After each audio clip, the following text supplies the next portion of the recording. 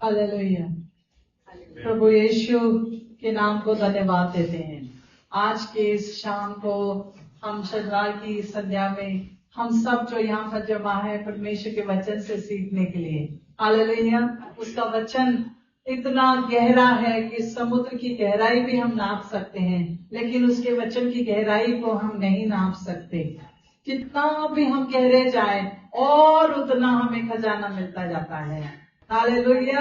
आप जितने भी जन यहाँ पर हैं, प्रभु परमेश्वर उसके वचन के द्वारा आप सब से बात करें। हर एक प्रकार से, हर एक लोगों से, हर एक युग में अलग अलग रीति के लोगों से, हर एक महाद्वीप के अलग अलग खंड से लोग वहां पर लेखक को प्रभु परमेश्वर की आत्मा के द्वारा, हर लेखकों के द्वारा इस वचन को लिखा गया है। हालेलुया।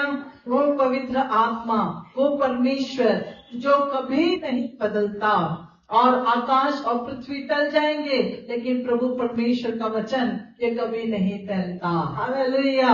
और हम इस निर्गमन की श्रृंखला को जारी रखते हुए हम जब पिछले भागों में देख रहे थे, पिछले भागों को सुनने के लिए आप उसके पहला भाग और दूसरे भाग को सुन सकते हैं। और आज इस निर्गमन की श्रृंखला को जारी रखते हुए हम फिर से एक बार निर्गमन उसकी 3रे अध्याय में हम पहुंचेंगे और वहां के पहले से के कुछ वचनों को ही आज हम देखने वाले हैं। 1 से लेकर के 6 वचन तक ही आज हम देखने वाले हैं। कोई जल्दी से इस वचनों को पढ़ना शुरू करें।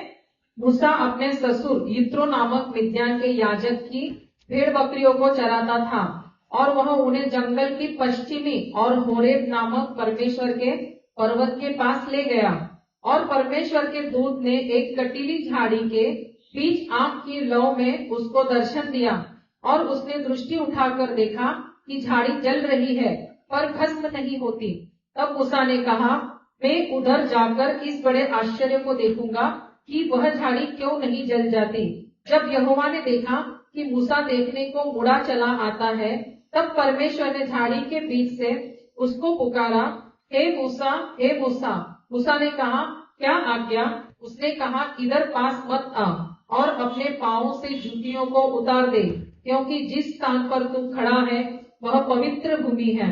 फिर उसने कहा, मैं तेरे पिता का परमेश्वर और अब्राहम का परमेश्वर, इसहाक का परमेश्वर और याकूब का परमेश्वर हूँ।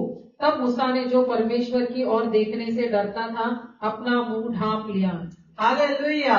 प्रभु इस वचन के पढ़े और सुने जाने से आप सबको आशीष दे। हालेलुया। कुछ चंद बातों को जब हम यहाँ पर सीख रहे हैं तो कुछ चंद बातों को, बेसिक बातों को आपको बताना चाहूंगी, क्योंकि जब हम यहाँ पर बाइबल स्टडी कर रहे हैं तो परमेश्वर के वचन से हमें जानना जरूरी है कि पिछले जो भी अध्यायों में हमने पढ़ा और सीखा, उसको ये वाला अध्याय, ये जो हम 3रा अध्याय जब पढ़ रहे हैं, जब मूसा को कटीली झाड़ी में आग की लौ में परमेश्वर ने दर्शन दिया और अपने दर्शन की बात को उसको बताया, वो क्यों था, क्या था, कैसे दर्शन दिया, क्या उसके पीछे रीजन था, क्या उद्देश्य था, इसको हमने पिछले अध्यायों में पढ़ा और देखा है। आज जब हम इस अध्याय को पढ़ रहे हैं और देख रहे हैं तो यहाँ पर कुछ बातों को हम सुनने वाले हैं। मूसा अपने ससुर यित्रो, इसका नाम रुवेल भी बताया गया है, और यित्रो नामक मिद्यान के याजक, यानी कि मूसा का जो ससुर यित्रो है वो एक मिद्यान, जहां पर मूसा मिस्र से भाग कर आया था, वहां के उस मिद्यान का एक याजक भी है। और ये जो मिद्यान का जो वंश है, जो ये वंश है, ये कैसे आया, कहां से आया, और इन बातों को अभी हम नहीं देख रहे। मिद्यान का वंश जिस तरह से प्रभु परमेश्वर के बुलाए जाने का वाला अब्राहम, इसहाक, याकूब और उनकी ही पीढ़ी में आने वाला मिद्यान, और वहां से मूसा, कैसे दोनों तरफ से उसका रिलेशन है, इसको भी हमने पिछली बार देखा था। तो आज उसके बारे में हम नहीं देखेंगे। लेकिन इस याजक के पास बहुत सी भेड़ बकरियां थी और इन भेड़ बकरियों को ये चराने का काम करता था मूसा। और मूसा जब मिस्र से निकल कर आया, एक पढ़ा लिखा व्यक्ति, एक मैं कहूंगी कि ऊंचे दर्जे का इंजीनियर कह लीजिए, एक ऊंचे दर्जे का कोई कंपनी का CEO कह लीजिए, इतनी पढ़ाई लिखाई किया हुआ एक राजकुमार अब क्या कर रहा है, एक जंगल में, मिद्यान में, जिस जगह को बहुत से लोग नहीं जानते थे, उस जगह पर उस याजक की भेड़ बकरियों को चराने का काम कर रहा है। और मूसा एक ऐसा व्यक्ति जो मिस्र में पला बड़ा और उसके ऐशो आराम को छोड़ करके अब वो क्या कर रहा है, अपनी भेड़ बकरियों को चरा रहा है। लेकिन किसकी भेड़ बकरियां? एक याजक की भेड़ बकरियों को चरा रहा है। Hallelujah, hallelujah. परमेश्वर पिता की ओर से चुना हुआ वंश के मिद्यान में रहने वाला इत्रो एक याजक के रूप में काम किया करता था। वहां पर अपनी बेटियों के साथ, कितनी बेटियां हैं आप खुद गिन लीजिएगा, और कैसे हैं, कितनी है, कितना किसके साथ शादी हुआ, इसको हम अभी नहीं देख रहे। इत्रो की भेड़ बकरियों को चराते चराते अब ये मूसा उस पहाड़ी की ओर आ गया, जिस पहाड़ी को यहाँ पर पहले वचन में लिखा है कि उन्हें जंगल की पश्चिमी ओर होरेब नामक, कौन सी पहाड़ी? होरेब नामक पहाड़ी, जो परमेश्वर के पर्वत के पास ले गया। इस होरेब नामक पहाड़ी को सिनै पर्वत के नाम से भी जाना जाता है। अगर आप इस बात को लिखना चाहेंगे तो हम एक्ट्स चैप्टर 7 वर्स 30 वचन को हम पढ़ सकते हैं। प्रेरितों के काम उसका 7वां अध्याय और 30 वचन को हम देख सकते हैं। जब पूरे 40 वर्ष बीत गए तो एक स्वर्गदूत ने सीनै पहाड़ के जंगल में उसे जलती हुई झाड़ी की ज्वाला में दर्शन दिया। बस बस बस बस, कौन सी पहाड़ी? सीनै की पर्वत की पहाड़ी। सीनै पर्वत पहाड़ी है, पहाड़ है, पहाड़ है, यस। हमेशा यहाँ पर जो लिखा है होरेब नामक परमेश्वर के पर्वत के पास ले गया, यानी कि होरेब को परमेश्वर का पर्वत और सीनै का पर्वत भी कहा जाता है। हालेलुया, यहाँ तक समझ में आया? अब यहाँ पर परमेश्वर के पर्वत के पास कुछ हो गया। अब क्या हुआ, ये जो मूसा है भेड़ बकरियों को जंगल में चरा जरूर रहा है, लेकिन उस भेड़ बकरियों को जो याजक ने एक रिस्पॉन्सिबिलिटी के साथ, एक जवाबदारी के साथ उस मूसा को सौंपा था, उन बकरियों को, उन भेड़ों को लेकर के वो यहाँ वहां नहीं गया, वो परमेश्वर के पर्वत के पास गया। Hallelujah, hallelujah. परमेश्वर के पर्वत के पास गया। मूसा उस जगह पर कहीं पर भी जा सकता था, लेकिन उसने चुना कि परमेश्वर के पर्वत के पास, उस होरेब की पहाड़ी के पास वो उन भेड़ बकरियों को चराने के लिए ले गया। हालेलुया। इत्रो याजक की वो भेड़ बकरियां, कोई आज यहाँ पर याजक यानी चरवाहा कहा जाता है किसे? हमारे जो पासवान हैं, पास्टर्स लोग हैं, जो प्रभु की सेवकाई कर रहे हैं, हर एक सेवक और सेविका जिसे चरवाहा के रूप में जाना जाता है, आज अपनी भेड़ बकरियों को प्रभु ने कहा, यीशु ने कहा, पतरस मेरे मेमने को चरा, पतरस मेरी भेड़ों की रखवाली कर, पतरस मेरी भेड़ों को चरा। और वो भेड़े कौन है? वो भेड़ वो कलीसिया है। वो भेड़े वो परमेश्वर के चुने हुए लोग हैं, जिनको प्रभु आज भी ढूंढता है। भले ये कई हजारों साल पहले की बात होगी, लेकिन परमेश्वर कहता है अपनी भेड़ों को कहाँ पर लेके आओ? परमेश्वर के पर्वत के पास। क्योंकि जब भेड़ बकरियों को मूसा चरा रहा है तो होरेब के पर्वत के पास वो लेकर के आया, और जिसे परमेश्वर का पर्वत भी कहा जाता है। एक ध्यान देने वाली बात यहाँ पर ये है, शायद इस पर्वत पर आज तक कोई भी चढ़ा नहीं था और ना ही किसी को वहां पर दर्शन हुआ था, क्योंकि किसी ने भी हिम्मत नहीं की कि वो भेड़ बकरियों को लेकर के परमेश्वर के पर्वत के पास जाए। मूसा ये अच्छा योद्धा था और वो शायद किसी बात से डरता नहीं था। अगर आप दूसरे अध्याय में पढ़ेंगे तो वहां पर लिखा है किस तरह से मूसा ने इत्रो की रुएल की बेटियों को उन लोगों से, चरवाहों से बचाया जो उन्हें तंग कर रहे थे। और मूसा एक बहुत ही अच्छा योद्धा था और वो जिसको रिस्पेक्ट थी, जिसको पता था कि किस तरह से परमेश्वर के द्वारा ये चुना हुआ इस्राएल वंश है, उसमें का मैं एक पात्र हूँ, उसमें का एक चुना हुआ वंश का एक भाग मैं भी हूँ। वो योद्धा था और वो कभी किसी बात से डरता नहीं था। जब वो मिद्यान में आया, उसको मिद्यान में आए हुए अब 40 वर्ष बीत गए थे। जब उसने इजिप्ट छोड़ा, मिस्र छोड़ा, तब उसकी आयु 40 वर्ष की थी। अब मिद्यान में रहते रहते उसकी आयु 40 + 40 हो गई, यानी कितना 80 इयर्स ओल्ड मूसा हो गया। और मूसा की उम्र 80 इयर्स ओल्ड में भी वो एकदम जवान की तरह था। और भेड़ बकरियों को चराना इतना आसान काम नहीं है। भेड़ें यहाँ वहां भटकती होंगी, भेड़ें यहाँ वहां जाती होंगी, लेकिन उनको कंट्रोल करना परमेश्वर ने उसको सिखाया।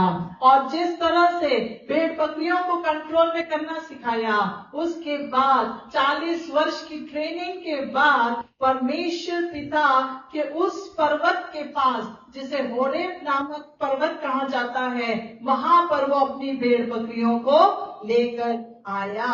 अब यहाँ पर दूसरे वचन में जब हम देखते हैं, और परमेश्वर के दूत ने एक कंटीली झाड़ी के बीच आग की लौ में उसको दर्शन दिया और उसने दृष्टि उठाकर देखा कि झाड़ी जल रही है पर भस्म नहीं होती। हालेलुया।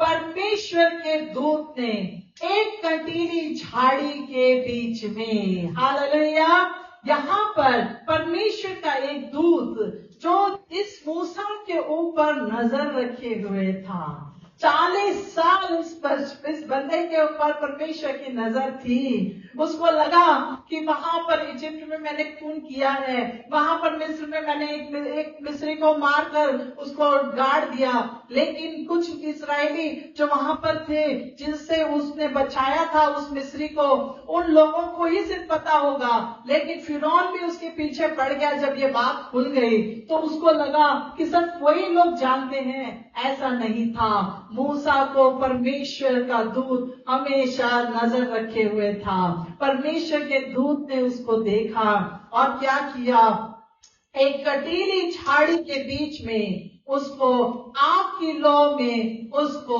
दर्शन दिया। हालेलुया। हम कहेंगे दर्शन, दर्शन। उस कटीली झाड़ी में, झाड़ी के कई रूप हम देखते हैं। झाड़ी में परमेश्वर ने, उसके दूत ने उस मूसा को दर्शन दिया।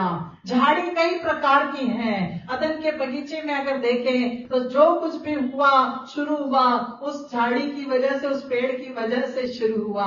और अब यहाँ पर अलग अलग प्रकार की झाड़ियों का, अलग अलग पेड़ों का वर्णन हम इस पवित्र शास्त्र बाइबल में पढ़ सकते हैं और देख सकते हैं। यहाँ पर परमेश्वर एक कंटीली झाड़ी में, कटीली झाड़ी यानी कि उसके ऊपर पत्ते नहीं थे, मेरा ऐसा मानना है। और यहाँ पर एक कंटीली झाड़ी अगर होगी भी तो शायद बबूल का एक पेड़ जो होता है जिस पर पत्ते होते जरूर हैं लेकिन कांटे बहुत सारे होते हैं, उस कंटीली झाड़ी के पास ज्यादातर लोग नहीं जाते। लेकिन इस मूसा ने नीचे से पर्वत की ओर देखा और देखा परमेश्वर के दूत ने एक कटीली झाड़ी के बीच की लौ में उसको दर्शन दिया।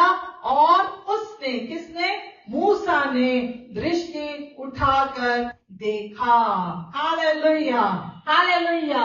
परमेश्वर के सानिध्य में उस भेड़ बकरियों को उस पर्वत के पास लेकर के गया। जहां पर परमेश्वर का दूत उसे एक झाड़ी में दर्शन दे रहा था। लेकिन दर्शन को देखने के लिए उस पर्वत के पास आना जरूरी था। दूसरा, उस दर्शन को देखने के लिए दृष्टि को उठाना जरूरी था। हालेलुया।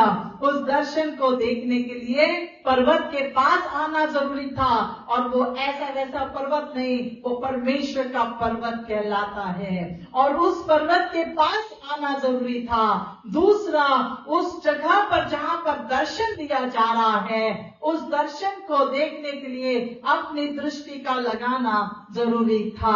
हालेलुया। प्रभु का वचन ऐसे इस भजन संहिता में नहीं कहता कि मैं अपनी आंखें पर्वत की ओर लगाता हूँ, मुझे सहायता कहाँ से मिलती है, मुझे सहायता यहोवा की ओर से मिलती है। हालेलुया।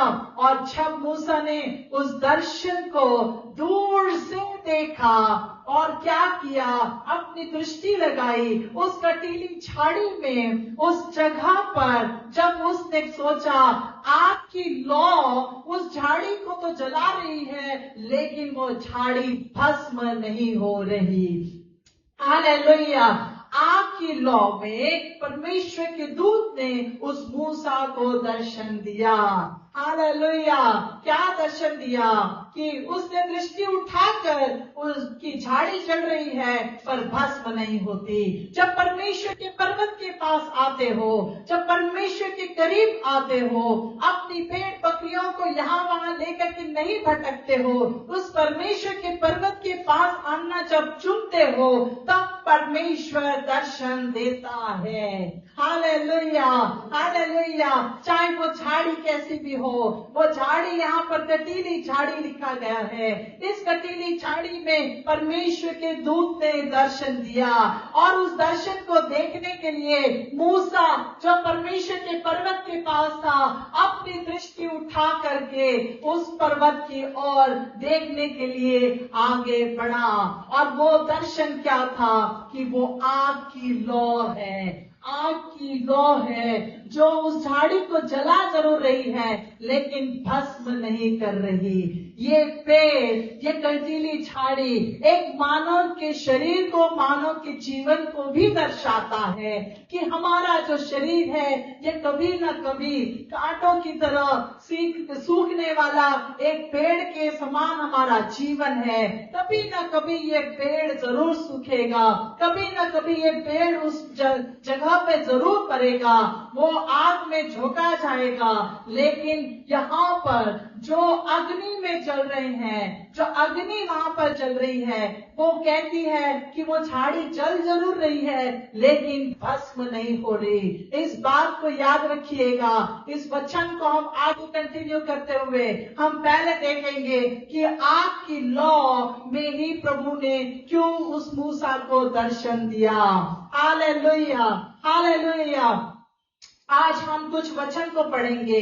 आइज़ाया चैप्टर 66 वर्स 15 को हम पढ़ेंगे। यशाया और उसका 66 उसका 15 वचन को हम पढ़ने वाले हैं।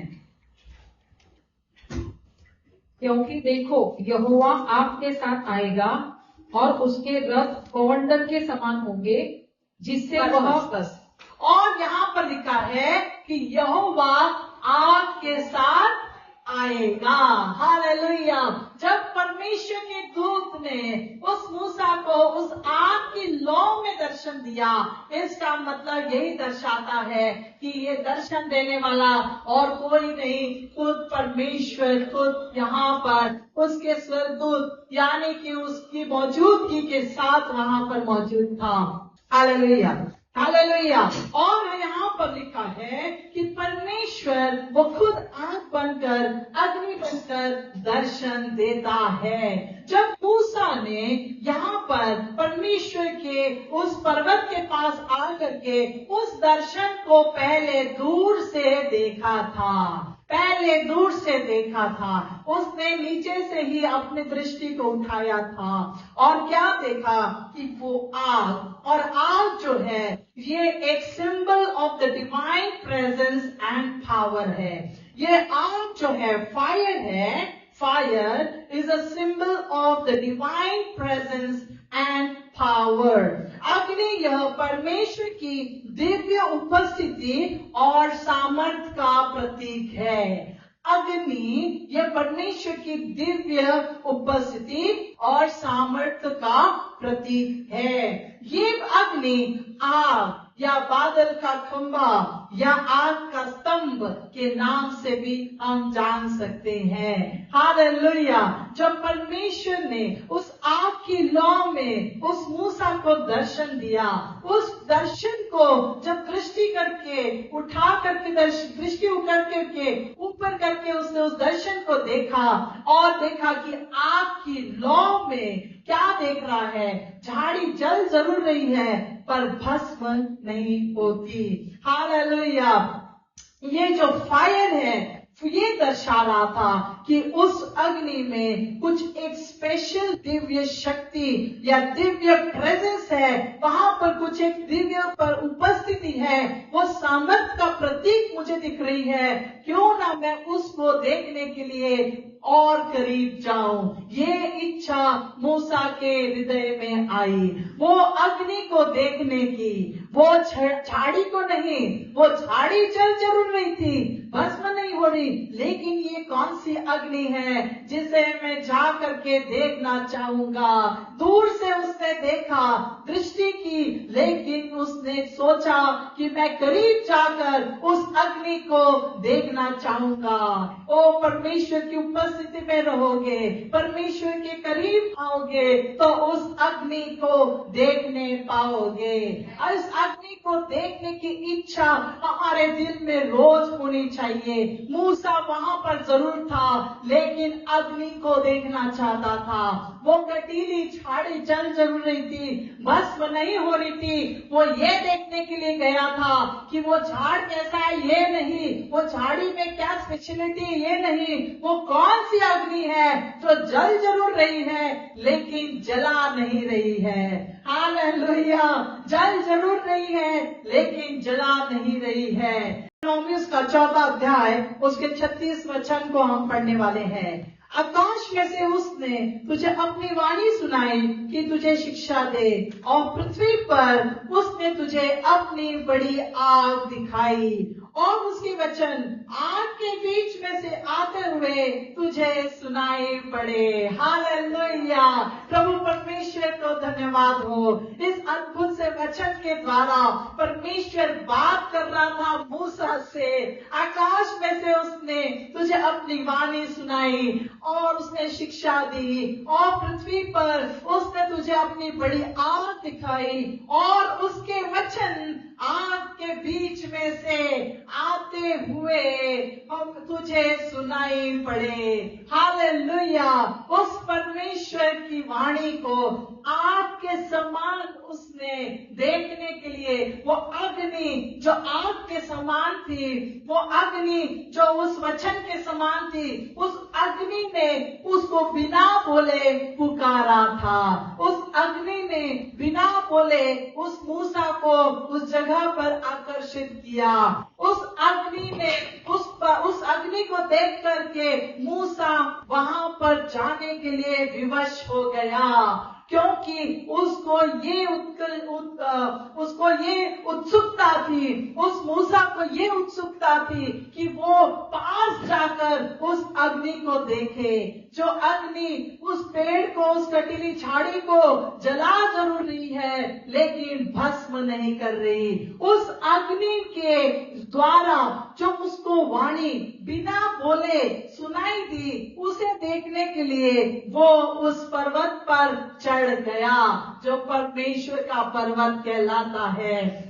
Hallelujah, hallelujah, hallelujah. और आगे लिखा है कि किस तरह से उसके वचन आग के बीच में से आते हुए उसको सुन पड़े। आमेन। और जब मूसा ने कहा मैं उधर जाकर इस बड़े आश्चर्यकर्म को देखूंगा कि वह झाड़ी क्यों नहीं जल जाती, तब जब यहोवा ने देखा कि मूसा देखने को मुड़ा चला आता है। Hallelujah, hallelujah. अब यहाँ पर परमेश्वर परमेश्वर पिता की नजरें उसके ऊपर है, ये इस वचन में हमें साफ साफ दिखाई देता है। परमेश्वर के पर्वत के पास आना, भेड़ बकरियों को वहां पर चराना और उस आग की लौ को के दर्शन को पाना और उस आग की लौ के दर्शन को और दृष्टि उठाकर देखना, और यहाँ पर विवश होकर के मूसा ने चाहा कि मैं अब उस अग्नि के दर्शन करूंगा, उस अग्नि के दर्शन करूंगा जो मुझे यहाँ से देखने के लिए विवश कर रही है। लेकिन अब मैं उस बात को करीब से जा कर देखना चाहता हूँ कि वो क्या है, वो अग्नि क्या है, ये कौन सी अग्नि है जो मुझे खींच रही है। ये अग्नि आकर्षित कर रही थी, बिना वचन कुछ शब्द बोले इस अग्नि ने मूसा को उस परमेश्वर के करीब खींच लिया। Hallelujah, hallelujah. और अब यहाँ पर क्या हुआ, परमेश्वर ने मूसा को जब यहोवा ने देखा कि मूसा देखने को मुड़ा चला आता है। अब परमेश्वर की नजरें अपने धर्मियों पर हमेशा लगी रहती है, चाहे वो विल्डरनेस में हो, चाहे वो इजिप्ट में हो। मूसा के ऊपर परमेश्वर की नजर उस नील नदी में भी थी जब वो 3 महीने का बच्चा था। हालेलुया। ये वचन हमें याद दिलाता है कि परमेश्वर ने कहा मैं तुझे अकेला नहीं छोड़ूंगा, मैं तुझे अनाथ नहीं छोड़ूंगा। मूसा को महारानी के महल में जरूर पला पड़ा, एक माँ उसको मिल गई, लेकिन जब सच्चाई पता चली इस्राएली मेरे भाई बंधु हैं, उसका प्रेम उमड़ आया। उसने सोचा मैं अपने बल पर, अपने पोजीशन के द्वारा अपने इस्राएलियों को छुड़ाऊं, लेकिन परमेश्वर की नजरें उसके ऊपर थी। परमेश्वर नहीं चाहता था कि ये बल से और शक्ति से और अपने लोगों को छुड़ाए, मेरे लोगों को छुड़ाए। प्रभु ये कहता है बल से नहीं होगा, शक्ति से नहीं होगा, ये केवल आत्मा का कार्य है, और उस आत्मा के कार्य के लिए इसे अग्नि का देखना जरूरी है। हालेलुया। उस बल से, उस शक्ति से वो मिस्र से वो इस्राएलियों को नहीं छुड़ा सकता था। इसलिए जब उसके हाथ से गलती हुई, फिरौन की सेना उसके पीछे लग जरूर गई थी, लेकिन उस अकेले मूसा को नहीं पकड़ पाई। क्या इतना कठिन था मूसा को पकड़ पाना? अब पूरा इजिप्ट उसके पीछे लग जाता तो भी उसको पकड़ सकते थे। क्यों नहीं पकड़ा गया? क्योंकि परमेश्वर की नजर अपने डरवैयों पर लगी रहती है। हालेलुया। बचता बचाता वो मिद्यान में पहुंचा। मिद्यान में पहुंचकर वो किसी और की रखवाली नहीं कर रहा था, उसी मिद्यान के याजक की बेटियों को उसने बचाया, रखवाला बनकर उनकी रक्षा की। ये भी प्रभु की योजना में था कि मूसा मिद्यान में जाकर यहाँ वहाँ किसी और के घर पर आसरा ना ले, ये सीधा याजक के पास जाए, वो सीधा याजक के पास जाए, क्योंकि वो याजक ही है जो इसको सही मार्ग, उस अग्नि का मार्ग दिखा सकता था। और इत्रो याजक के पास रह करके उसकी बेटी से विवाह होने के बाद में मूसा ने एक ऐसा काम ढूंढा जिसे परमेश्वर की नजर में उत्तम काम कहा गया, और वो काम था चरवाहा बनकर भेड़ बकरियों को चराना। ये सब ऐसे ही नहीं हुआ। मूसा एक अच्छा योद्धा था, एक पढ़ा लिखा व्यक्ति था, वो टीचर बनकर लोगों को ABCD सिखा सकता था। इजिप्ट के लोग सबसे ज्यादा पढ़े हुए लोग माने जाते थे, और ये मूसा बहुत से ऐसे काम कर सकता था, लोगों को लड़ना सिखा सकता था, क्योंकि जो चरवाहे आकर इन बेटियों को या लड़कियों को तंग किया करते थे, उनसे कैसे लड़ा जाए, सेल्फ डिफेंस में वो सिखा सकता था। लेकिन ये सारे कोई काम उस मूसा ने नहीं किए, क्योंकि परमेश्वर की नजर उस पर थी। एक ही काम को परमेश्वर ने इत्रो को उसको देने के लिए कहा, जा भेड़ बकरियों को चरा, और चराते चराते ही परमेश्वर की दृष्टि इस पर थी। 40 साल परमेश्वर की नजर उस पर थी। 80 साल का मूसा एक जवान की तरह इन भेड़ बकरियों को चराता हुआ परमेश्वर के पर्वत के पास आया, और एक अच्छा चुनाव उस परमेश्वर के पर्वत के पास आने का था। मूसा ने ये देखा कि परमेश्वर का ये पर्वत जिस पर कभी कोई नहीं चढ़ा था, ना किसी ने कोई दर्शन देखा था, लेकिन परमेश्वर के पर्वत के पास आएंगे तभी तो दर्शन देखेंगे। लेकिन मूसा ने जो इत्रो याजक के साथ में वो पला बड़ा जरूर था, परमेश्वर की दृष्टि उस पर थी। परमेश्वर ने उसको उस पहाड़ के पास आने के लिए विवश कर दिया। जब उसने देखा, दर्शन को दूर से देखा और अग्नि को देखा, वो अग्नि जिसकी कमी उसके जीवन में थी, बल से नहीं कर सकता था, अपनी शक्ति से नहीं कर सकता था, अपने पैसों से वो इस्राएलियों को नहीं छुड़ा सकता था। उनको छुड़ाने के लिए परमेश्वर ने उसके लिए योजना बनाई थी कि इसे अब अग्नि की आवश्यकता है। अब मूसा तैयार हो चुका है, अब मूसा 80 साल में तैयार हो चुका है। इस 40 साल की ट्रेनिंग के बाद अब इस अग्नि के लिए मूसा तैयार हो चुका था। अब परमेश्वर के पर्वत के पास जब वो आया, और जब जैसे ही मुड़ा, देखना चाहता था, उत्सुकता थी क्या है, और परमेश्वर ने देखा कि अब इसने यहाँ पर अपने पैरों को मोड़ लिया है। तो परमेश्वर ने अब यहाँ पर अपनी नजर उस पर इतने दिन रखी थी, लेकिन परमेश्वर ने आज तक उसके साथ बात नहीं की थी। जब तक हमारे पैर उस परमेश्वर की ओर नहीं मुड़ेंगे, तब तक परमेश्वर हमसे बात नहीं करेगा। हम देखते जरूर हैं, लेकिन हम मुड़ते नहीं हैं। अपनी गलतियों से मुड़ना है। अपने हमारे प्रार्थना के जीवन में अगर कमियां हैं तो उससे मुड़ करके आइए। परमेश्वर तब तक आपको देख ही रहा है।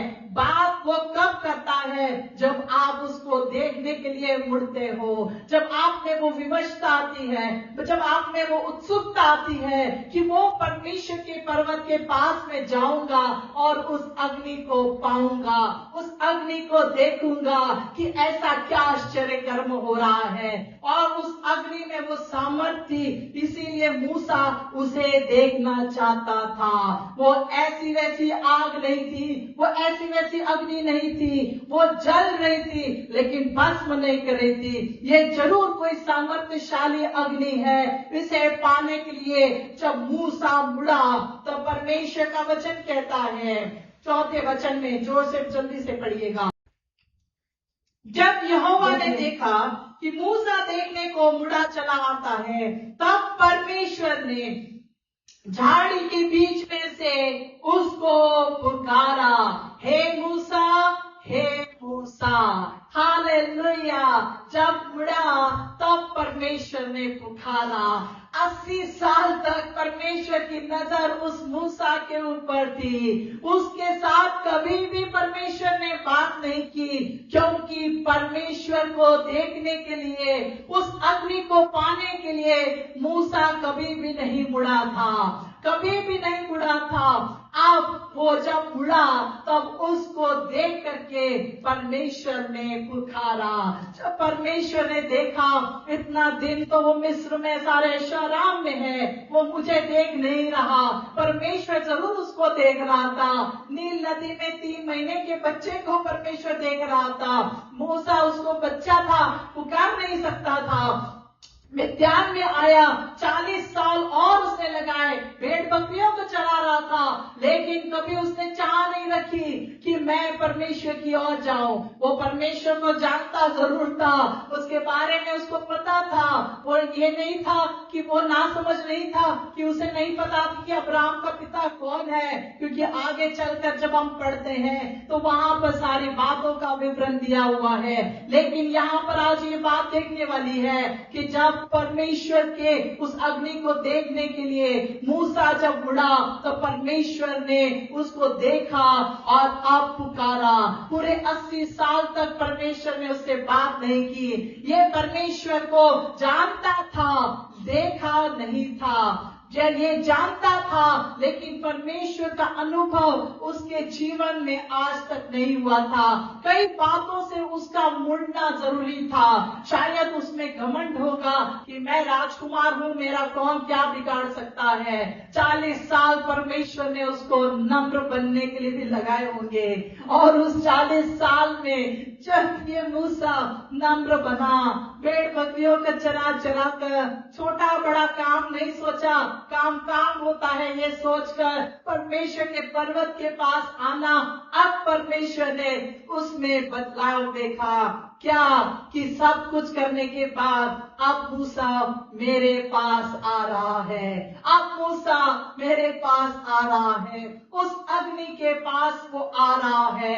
अब परमेश्वर को उसको पुकारना पड़ा, और परमेश्वर यहाँ पर हमें यही बताता है कि वो हमें हमारे नाम से जानता है। उसने मूसा को बचपन में प्यारा सा छोटा सा बेबी 3 महीने का था तब उसका नाम रखा गया, और परमेश्वर को उसका नाम मालूम था। क्यों? क्योंकि परमेश्वर की नजर उस पर थी, और इसीलिए परमेश्वर ने उसको हे पुरुष नहीं कहा, परमेश्वर ने कहा हे मूसा, हे मूसा। हालेलुया! परमेश्वर हमें हमारे नाम से जानता है। वो प्रभु जिसने मूसा से प्रेम किया, वही प्रभु परमेश्वर पिता उसने हमसे प्रेम किया।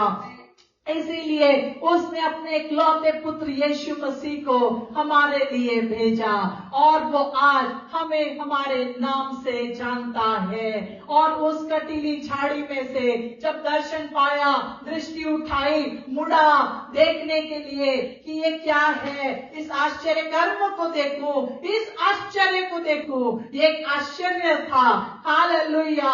और वो झाड़ी जो जल रही थी लेकिन भस्म नहीं होती, और उसमें जब अपनी पुरानी बातों से मुड़ा मूसा, अपनी पुरानी आदतों से मुड़ा मूसा, अब पूरी तरह से बदला हुआ एक व्यक्ति। यहाँ पर हम कह सकते हैं कि शायद उसमें वो सारी बातें जो मिस्र में थी वो अब उसके जीवन में वो नहीं थी। वो बदलाव उसमें जरूर आया था, अभी भी उसमें बहुत सारा बदलाव आना था, लेकिन उस बदलाव को आने के लिए उसे अग्नि की जरूरत थी। उस बदलाव को आने के लिए उस अग्नि की जरूरत थी। जब वो हम्बल हुआ, जब बहुत सी बातों से उसने सीखा कि मैं किसी को मारकर, किसी का खून कर कर इस्राएली बंधुओं को नहीं छुड़ा सकता, इस बात को उसको समझना जरूरी था। और जब वो वहां पर याजक के, चरवाहे के, उस याजक के नजरों के नीचे ये सारे कामों को कर रहा था, उसके बाद में मूसा में वो बदलाव आना शुरू हुआ।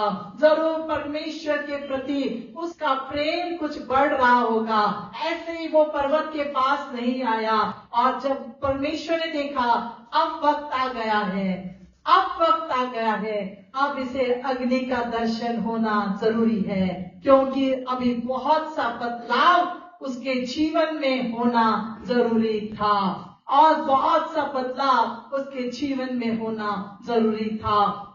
आपकी लॉ जो हमें एक डिवाइन प्रेजेंस, एक दिव्य उपस्थिति और सामर्थ का प्रतीक है। आज कई सालों से हमारी उम्र जो भी रही होगी, कई सालों से, हमारे जन्म से शायद हम प्रभु परमेश्वर के नाम को सिर्फ जानते होंगे, सिर्फ सुनते होंगे, या सिर्फ फॉर्मेलिटी करके हम इस वचन को पढ़ते होंगे। फैमिली प्रेयर होना है 7 बजे, तो 7 बजे सब जमा हो रहे हैं, एक फॉर्मेलिटी और रीति रिवाज के अनुसार सब जमा हो रहे हैं। लेकिन परमेश्वर चाहता है कि तुम कब मुड़ोगे उस अग्नि को देखने के लिए। जब तक मुड़ोगे नहीं तब तक परमेश्वर बात करेगा नहीं, जब तक मुड़ोगे नहीं परमेश्वर बात करेगा नहीं। और जब परमेश्वर के साथ बात करना, यहाँ पर मूसा का नाम पुकारना, इस बड़ी बात को सुन करके मूसा को धक्का लगा या नहीं लगा? आइए इस वचन को हम पढ़े 4 वचन में। तब जब यहोवा ने देखा कि मूसा देखने को मुड़ा चलाता है, तब परमेश्वर ने झाड़ी के बीच में से उसको पुकारा, हे मूसा, हे मूसा। अब मूसा ने कहा, क्या आज्ञा? हालेलुया। मूसा ने उस आवाज को कैसे पहचाना? आप बताइए, मूसा ने उस आवाज को कैसे पहचाना? हे मूसा, हे मूसा। अब मूसा ने यहाँ पर क्या किया? उसने भी उत्तर दिया जिसने पुकारा था। क्यों? क्योंकि भेड़ें अपने मालिक की आवाज को पहचानती है। Hallelujah, hallelujah. मूसा एक चरवाहा बन गया था, उसको अपने भेड़ों को, अपने बकरियों को, उनकी आवाजों को वो पहचान रहा था। वो समझ गया था कि भेड़ दुख में है, तकलीफ में है, उसकी क्या जरूरत है, कहाँ जा रही है। भेड़ें भी अपने चरवाहे की वाणी को सुनती हैं। उसी तरह से जब यहाँ पर इन भेड़ों के साथ जब एक्सपीरियंस हुआ, उसके वचन के अनुसार जब मूसा ने उस परमेश्वर के साथ अपने संबंधों को किस तरह से गहरा किया होगा कि उसने तुरंत पहचान लिया कि ये परमेश्वर का आवाज है, ये परमेश्वर की वाणी है। क्योंकि जो कुछ भी उसने पुकारा, हे मूसा, हे मूसा, उसने ये नहीं कहा, अरे बाप रे, ये कौन बोल रहा है, मैं भाग जाता हूँ, इस पहाड़ पर कौन भूत है। नहीं मेरे भाइयों बहनों, उस परमेश्वर की आवाज को मूसा ने पहचाना। क्यों? क्योंकि वो एक याजक की भेड़ बकरियों को चरा रहा था। इसका मतलब वो यहाँ पर लिखा नहीं है, लेकिन उसने परमेश्वर की आवाज को किस तरह पहचाना? जरूर वो इत्रो याजक से परमेश्वर के बारे में रोज सुनता होगा, और उसने बड़ी बड़ी बातों को, अब्राहम इसहाक का परमेश्वर, और उन सारी बातों को सुनते सुनते पीढ़ियों से वो सुनते आ रहा होगा। 7वीं पीढ़ी का मूसा, अब्राहम और जोकेबेद की संतान, और कई पीढ़ियों से सुन रहा था कि परमेश्वर ने कैसे सृष्टि को निर्माण किया, कैसे नूह बाबा ने जहाज बनाया, और सारी बातों को वो सुनते सुनते जब यहाँ पर उसने जब पुकारा परमेश्वर पिता की आवाज को, वो सुनकर तुरंत उत्तर दिया। कहा? क्या कहा? मूसा ने कहा, क्या आज्ञा? Hallelujah, hallelujah. आज प्रभु का वचन हमें सिखाता है कि हमें उसकी वाणी को पहचानना है। आज जब अपने पुरानी आदतों से हम फिर गए हैं, अब हमें पता है कि हमारे स्वभाव को हमें बदलना है। हमारे अंदर काफी सारी बातों का अब भी बदलना बाकी है। उसके लिए मुझे अग्नि की आवश्यकता है। उस अग्नि को देखने के लिए मैं मुड़ूंगा, उस अग्नि को पाने के लिए मैं अपने उस सारे जीवन से मुड़ करके उस परमेश्वर के पास आऊंगा कि प्रभु तेरा ही अग्नि है जो मुझे साफ कर सकता है, तेरा ही अग्नि है जो शुद्ध कर सकता है। क्योंकि आग का इस्तेमाल शुद्धता के लिए और पवित्रता के लिए किया जाता है। अग्नि का इस्तेमाल शुद्धता और पवित्रता के लिए किया जाता है। एक सोने को और निखारने के लिए सुनार उस तापमान को, उस आग के तापमान को बढ़ाता है ताकि सोना उसमें डाला जाए और वो निखर कर आए। हालेलुया। इसलिए प्रभु हमें अग्नि का वो अनुभव देना चाहता है। हमारे जीवन में हम अग्नि नहीं देखते, इसीलिए हम उसी जगह पर बैठे रहते हैं। उस अग्नि को देखने के लिए हमें अपने पुराने स्वभाव से, हमें अपने पुराने मनुष्यत्व से, हमारे अपने पुराने पापों से बाहर निकलना है। जब अग्नि को देखोगे तो परमेश्वर की वाणी को सुनोगे, ओ परमेश्वर की वाणी को सुनोगे। और उस अग्नि को देखने के लिए जब वहां पर क्या हुआ, उस वचन को जब हम पढ़ रहे हैं तो मूसा ने कहा क्या आज्ञा, परमेश्वर की वाणी को, उसके शब्द को, अपने नाम को सुन करके उसने कहा क्या आज्ञा। हालेलुया। परमेश्वर अब यहाँ पर क्या कह रहा है, उसने कहा 5वें वचन में, पढ़ लीजिए जल्दी से। उसने कहा इधर पास मत आ और अपने पांवों से जूतियों को उतार दे, क्योंकि जिस स्थान पर तू खड़ा है वह पवित्र भूमि है। हालेलुया। अब परमेश्वर ने उसको यहाँ पर रोका। उसने कहा, किसने? परमेश्वर यहोवा ने, इधर पास मत आ। क्यों ना आ? क्योंकि अपने पांव में जो जूतियां हैं उसको उतार दे, जूतियों को उतार दे। क्यों? क्योंकि जिस स्थान पर तू खड़ा है वह पवित्र भूमि है। हालेलुया। जूतियां एक अशुद्धता का प्रतीक माना जाता है, क्योंकि जूतियां हर जगह पहनकर हम उसे गंदा कर करके लाते हैं, हर जगह की गंदगी उस पर लगी रहती है। और जिस स्थान पर मूसा खड़ा था वह स्थान प्रभु का स्थान हो गया। क्यों? क्योंकि परमेश्वर वहां पर अग्नि के रूप में उतर कर आया था, और वो स्थान अभी कोई भी अशुद्ध नहीं रहा, लेकिन वो स्थान पवित्र स्थान हो गया। उस अग्नि के द्वारा परमेश्वर ने उस स्थान को शुद्ध किया, और इसीलिए मूसा को कहा पास मत आ, जो भी गंदगी है उसे दूर उतार करके फिर मेरे करीब आना, क्योंकि ये पवित्र स्थान है।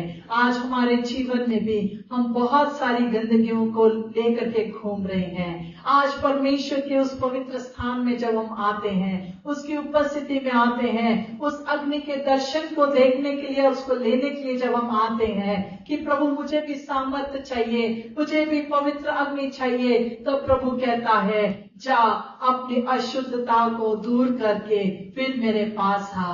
हमारी अशुद्धताओं को दूर करने के लिए उस प्रभु परमेश्वर पिता ने अपने इकलौते पुत्र यीशु मसीह को हमारे लिए भेज दिया, ताकि वो हम सबकी अशुद्धता, हमारे सबके गंदे पाप, हमारे सबके गंदे विचार, हमारे बुरे व्यवहार, हमारे बुरे स्वभाव को वो अपने ऊपर ले करके, और उस लहू के द्वारा, उस कलवरी की राह पर चल के, उस क्रूस पर मर के उसने हम सबको उस अशुद्धता से, उस गंदगी से, उस पाप से हमें छुड़ाया।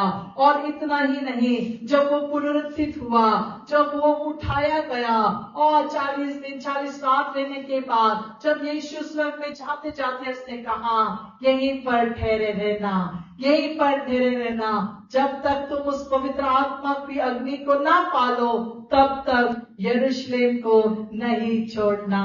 हालेलुया। अशुद्धता को दूर करने के लिए, हमारे अशुद्ध जीवन को दूर करने के लिए उसने हमें अकेला नहीं छोड़ा। उसने कहा तुम मेरा पवित्र स्थान हो। इसीलिए परमेश्वर कहता कि तुम मेरा पवित्र मंदिर हो, तुम मेरा मंदिर हो। इसे पवित्र रखने के लिए हमें उस अग्नि की जरूरत है। उस अग्नि को हमारे जीवन में काम करने के लिए हमें अशुद्धता को छोड़ने की जरूरत है। उस अशुद्धता से हम कैसे दूर रह सकते हैं? हम उस पवित्र आत्मा के द्वारा, हम इन सारी बातों से जो हमारे जीवन में, जो हमें परमेश्वर से दूर रखती है, उन सब बातों से दूर रह करके, उसे निकाल करके हम परमेश्वर की पवित्र उपस्थिति में खड़े हो सकते हैं। आज पहला अध्याय 8 वचन को हम पढ़ेंगे। परंतु जब पवित्र आत्मा तुम पर आएगा तब तुम सामर्थ्य पाओगे, और यरूशलेम और सारे यहूदिया और सामरिया में और पृथ्वी की छोर तक मेरे गवाह होगे। हालेलुया।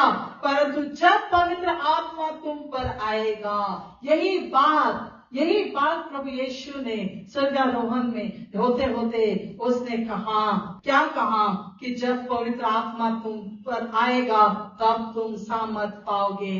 जब यहाँ पर मूसा उस अग्नि को देखने के लिए मुड़ा और जब वो वहां पर पहुंचा, क्योंकि वो उस अग्नि को पाना चाहता था, उस सामर्थ को पाना चाहता था, और प्रभु परमेश्वर भी चाहता था कि उसे वो सामर्थ मिले, क्योंकि ना बल से ना शक्ति से, केवल आत्मा के द्वारा हर कार्य सिद्ध होता है। जकरिया 4 और 6 में इस बात को पढ़ लीजिएगा। और पवित्र आत्मा आएगा तभी तुम सामर्थ पाओगे। उस पवित्र आत्मा की अग्नि को पाने के लिए ये चेले जब ऊपरी कोठरी में जमा थे, और प्रेरितों के काम 2 अध्याय 3 वचन में क्या लिखा है, और उन्हें आग की सी जीभें फटती हुई दिखाई दी और उनमें से हर एक पर आग ठहरी। हालेलुया। आप यहाँ पर आग की सी जीभें फटती हुई दिखाई दी। उस अग्नि में से, वो ज्वाला में से, उस अग्नि में से वो जीभें हर एक के ऊपर आकर टिक गई। इसका मतलब जो अग्नि मूसा ने उस कांटेदार झाड़ी में देखा था, वो और कुछ नहीं, वो पवित्र आत्मा की सामर्थ थी। क्योंकि प्रभु परमेश्वर जानता था ये बल से नहीं, ये शक्ति से नहीं, केवल आत्मा के द्वारा मेरे चुने हुए लोगों को छुड़ा सकता है। उन लोगों को छुड़ाने के लिए इसे उस अग्नि का पाना जरूरी था। इसीलिए प्रभु परमेश्वर ने उसे उसके नाम से पुकारा, हे मूसा, हे मूसा। और मूसा ने भी तुरंत जवाब दिया, क्या आज्ञा। उस अग्नि को पाने के लिए मूसा उस परमेश्वर की वाणी को और उस अग्नि को समझ पाया। Hallelujah, hallelujah. आज हमारे जीवन में भी, हम जहां पर भी हैं, हमारे लाइफ में कई मुसीबतें होंगी, कई कठिनाइयों का सामना हम करते होंगे, लेकिन आज प्रभु कहता है अपने आप की जीवन की, अपने अंदर के जीवन की अशुद्धता को दूर करो, अपने अंदर के अशुद्धता को दूर करो। हमारी सोचों को हमें बदलना है, हमारे बोलने के तरीके को हमें बदलना है, हमारे देखने की दृष्टि को हमें आज बदलना है। क्यों? क्योंकि वो पवित्र अग्नि आज हमारे जीवन में उतर कर आना चाहती है। अगर वो पवित्र अग्नि हमारे जीवन में आना चाहती है, हमारे जीवन में प्रभु उस अग्नि को देना चाहता है, उसके लिए हमें अशुद्धता को छोड़ना होगा। हमारे जीवन में ऐसी कई ज्योतियां होंगी जिन्हें हमें उतारना होगा, और उस अशुद्धता को दूर करके ही हम उस पवित्र स्थान में, उस परमेश्वर के स्थान में खड़े हो सकते हैं। Hallelujah, hallelujah. आज हम अपने आप का निरीक्षण करेंगे कि हमारे में ऐसी कौन सी अशुद्धता है, हमारे में ऐसी कौन सी गलतियां हैं, हमारे में ऐसे कौन से पाप हैं जो हमें परमेश्वर की उस अग्नि से दूर रख रहे हैं, उस परमेश्वर की वाणी को सुनने से रोक रहे हैं। जब तक अग्नि नहीं पाओगे तब तक वाणी को सुन नहीं पाओगे। हालेलुया। आज मुड़िए और उस परमेश्वर के पास आइए जिसने इंतजाम किया है, उस एकलौते बेटे को देखने के लिए मुड़िए जिसको ऊंचे पर चढ़ाया गया। वो यीशु जो ऊंचे पर चढ़ाया गया, उस क्रूस पर लटकाया गया, उसने हमारे अधर्मों को अपने ऊपर ले लिया, उसके पीठ पर कोड़ों की मार पड़ी, वो उस क्रूस पर उसको वहां पर लटकाया गया। उस नग्न अवस्था में हमारी अशुद्धता, हमारी सारी गंदगी को लेकर के वो उस क्रूस पर चढ़ा रहा। क्यों? ताकि हम उस अग्नि को देख करके, उस दर्शन को देख करके उस जगह पर मुड़े, उस परमेश्वर के इकलौते पुत्र की ओर मुड़े, ताकि हम इस जगत को नहीं, हम जगत के पीछे नहीं, पर इस जगत को छोड़कर उस यीशु की ओर मुड़े, ताकि हम उस आत्मा की आग को पा सके। यदि दर्शन नहीं तो वहां पर उस प्रभु की वाणी को हम नहीं सुन सकते। उस दर्शन करने के लिए उस यीशु के पास आना जरूरी है। आइए हम अपनी जगह पर खड़े हो जाएं और आज उस प्रभु परमेश्वर से कहें कि प्रभु हमारी अशुद्धता को निकाल, हमारी अशुद्धता को निकाल, हमें तेरे लहू से धोकर शुद्ध कर। यदि आपने कभी प्रभु यीशु को स्वीकारा नहीं होगा तो आज आप प्रार्थना करिएगा कि प्रभु मुझे तेरे द्वारा एक नया जीवन मिला है, तेरे लहू के द्वारा तूने मुझे छुड़ाया है, मेरे पापों को क्षमा किया है। धन्यवाद देते हैं प्रभु, मेरे जीवन को फिर से नया बना। प्रभु मेरे अंदर की अशुद्धता को निकाल दे। शायद कोई ड्रग्स लेते होंगे, कोई शराब की लत में होंगे, हस्बैंड वाइफ में कुछ प्रॉब्लम्स होंगी। आज प्रभु कहता है कि आप उस परमेश्वर के इकलौते पुत्र के पास मुड़िए, उस यीशु के पास मुड़ करके आइए, क्योंकि वो हमेशा आपके साथ बात करना चाहता है। वो प्रभु यीशु आज आपके लिए मरा है, उस क्रूस पर उसने हमारे लिए जान दी, उसके लहू में वो नया जीवन है और कहीं आपको नया जीवन नहीं मिल सकता। कोई पब में, कोई डिस्को में, कोई शराब में, कोई ड्रग्स में नया जीवन नहीं है, वो नाश का जीवन है, वो शैतान भरमाता है। इस भरमाने से बाहर आइए, इस शैतान के चंगुल से बाहर आने के लिए एक मार्ग, एक सत्य और एक ही जीवन है जिसका नाम यीशु मसीह है। हालेलुया। आपके परिवार में यदि कोई जवान बच्चे हैं, शायद आपकी माँ बाप की नहीं सुनते होंगे, कोई बच्चे जिनको फोन का एडिक्शन है, आप माँ बाप प्रार्थना कीजिए। बच्चों के पढ़ाई लिखाई में उनकी बुद्धि शायद कम होगी, प्रार्थना कीजिए माँ बाप अपने बच्चों के लिए कि परमेश्वर पिता प्रभु यीशु मेरे बच्चों की दृष्टि तेरी ओर घुमा, ताकि जो कोई भी तुझ पर दृष्टि करेगा उसी को जीवन मिलेगा। प्रभु आज हम प्रार्थना करते हैं, जितने भी जन यहाँ पर जमा है और जो हमें देख रहे हैं, हर एक के जीवन को आज तू फिर से नया बना।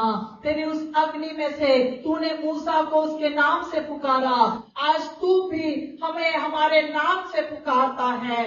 मैं नहीं जानती आपका नाम क्या है, लेकिन प्रभु आपको आपके नाम से पुकारता है और वो कहता है, हे मेरे बेटे, हे मेरी बेटी, मैं तुझसे प्यार करता हूँ। ओ जगत को छोड़कर, सिर्फ सलीब को लेकर ओ प्रभु से कहिए कि मैं ना लौटूंगा।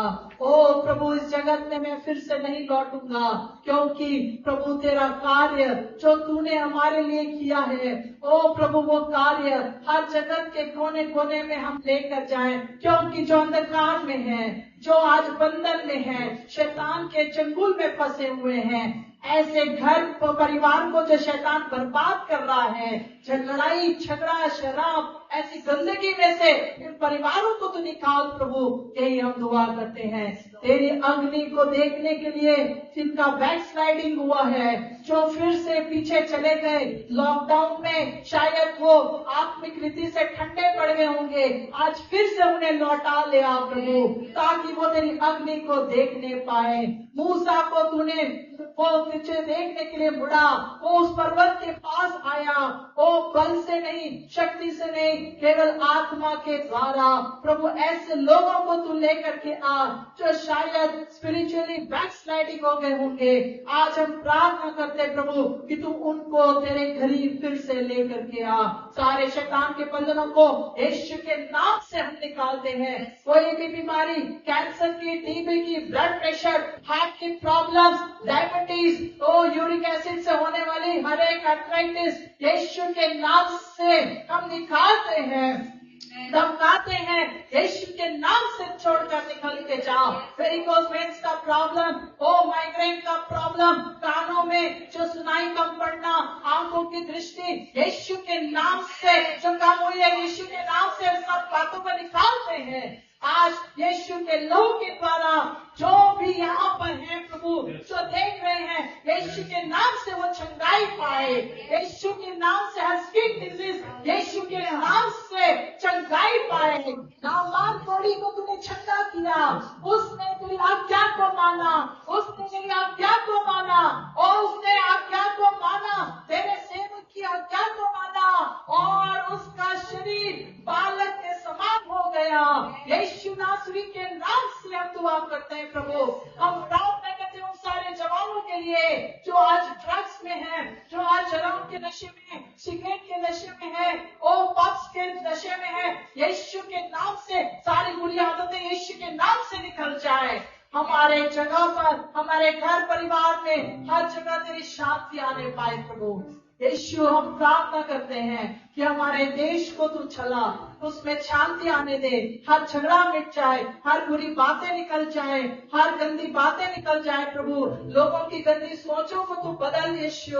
जो गंदे नजर से लड़कियों को देख रहे हैं, बुरे काम कर रहे हैं, यीशु उनकी नजरों को तू बदल, सब कुछ अच्छा हो प्रभु। ये स्कूल को भी हम धन्यवाद देते प्रभु यीशु पिता। हम धन्यवाद देते हैं प्रभु, हमारी प्रार्थनाओं को तूने सुना है, हम धन्यवाद देते हैं। यीशु नासरी के नाम से मांगते हैं पिता, सुना कबूल कर। आमीन आमीन आमीन।